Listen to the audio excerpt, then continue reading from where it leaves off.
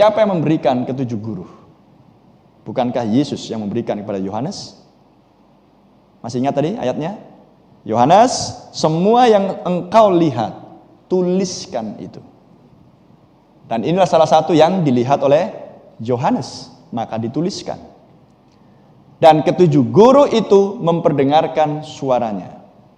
Dan lihat ayat 4. Dan sesudah ketujuh guru itu selesai berbicara, aku mau menuliskannya. Tetapi aku mendengar suatu suara dari sorga berkata, meteraikanlah apa yang dikatakan oleh ketujuh guru itu, dan janganlah engkau menuliskannya. Aneh kan? Tuhan suruh tulis, tapi untuk yang satu ini, jangan. Jadi saudara bisa melihat sekarang, dari keseluruhan isi kitab Wahyu, inilah yang dilarang untuk tulis. Maka, untuk mengerti kitab Wahyu aja sudah rahasia, karena banyak simbol di situ. Sekarang PR-nya tambah lagi, 7 guru. Pertanyaan saya pada pagi hari ini, siapa yang ingin bertemu dengan Yesus Kristus? Untuk bertemu dengan Dia, maka kita harus mengenal apa yang dikatakan oleh Tuhan Yesus Kristus, dan membiarkan hidupnya Yesus di dalam saya dan saudara. Maka ketujuh guru adalah yang dilarang ditulis. Jadi kalau kita nggak tahu isi 7 guru, mungkinkah seseorang bisa mengenal Yesus? Tidak mungkin. Lantas apa yang menjadi kesimpulan kita pagi hari ini?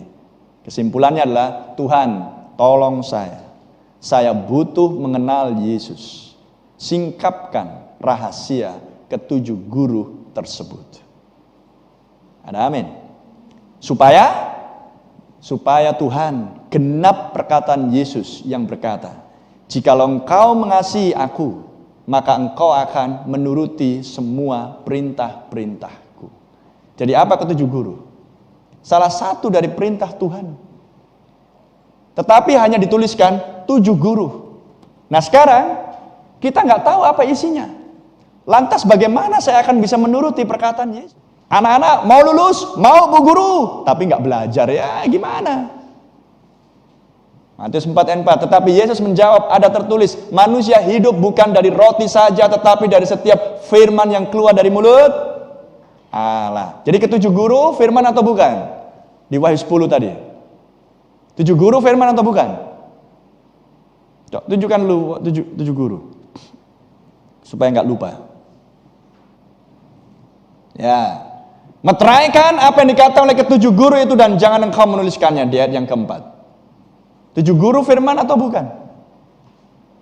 Firman, amin. Jadi kalau Matius 4 ayat 4 mengatakan manusia harus makan dari setiap firman, tapi tentang 7 guru Anda nggak makan, alias tidak tahu makna dan artinya, apakah kita berkenan di hadapan Yesus sebagai seorang yang mengklaim anak Allah? Jawabannya adalah tidak berkenan.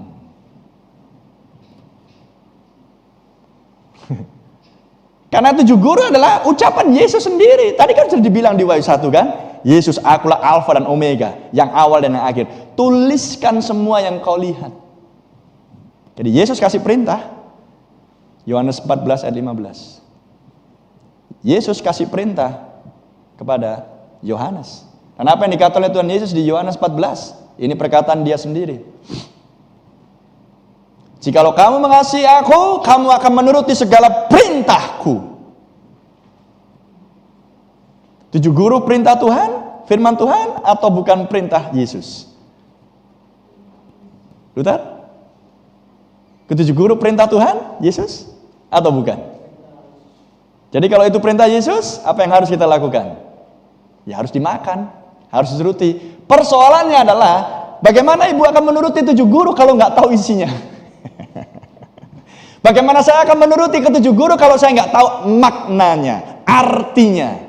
Jadi apa yang harus dilakukan lebih dahulu supaya kita bisa menuruti ke 7 guru? Harus tampil sang penafsir, menafsirkan Alkitabnya sendiri. Siapa sang penafsir? Yesus sendiri. Dia yang mengucap, dia yang menyuruh menulis, maka harus dia juga yang menafsirkan. Tidak ada manusia yang bernubuat atas kehendaknya sendiri selain oleh dorongan Roh Kudus. Itu yang dikatakan di kitab Petrus. Nah, sekarang lihat, butuh Roh Kudus Yesus sendiri turun di zaman ini untuk menafsirkan apa yang sudah dikumandangkan oleh ketujuh guru. Dan yang tahun 95, sekitar 2000 tahun yang lampau, Yohanes hendak menulis, tetapi jangan tulis, meteraikan Yohanes. Haleluya. Ada amin. Maka di zaman akhir, ketujuh guru itu, apa arti dan maknanya harus dibukakan, supaya saudara dan saya sebagai anak-anak Allah bisa menuruti setiap perintah Tuhan kita Yesus Kristus. Dan barang siapa yang taat sampai dengan kesudahannya, maka ia akan bertemu muka dengan Yesus Kristus. Haleluya. Terpujilah nama Tuhan. Amin. Karena kalau saudara hanya terpaku dengan perkataan Yesus di Matius, Markus, Lukas, Yohanes, maka Anda tidak akan mengenal Yesus dengan benar. Karena Yesus adalah komplit Tuhan sendiri dalam rupa manusia, dan tentang Dia dan pelayanan Dia di bumi dituliskan di dalam kitab Kejadian sampai Wahyu.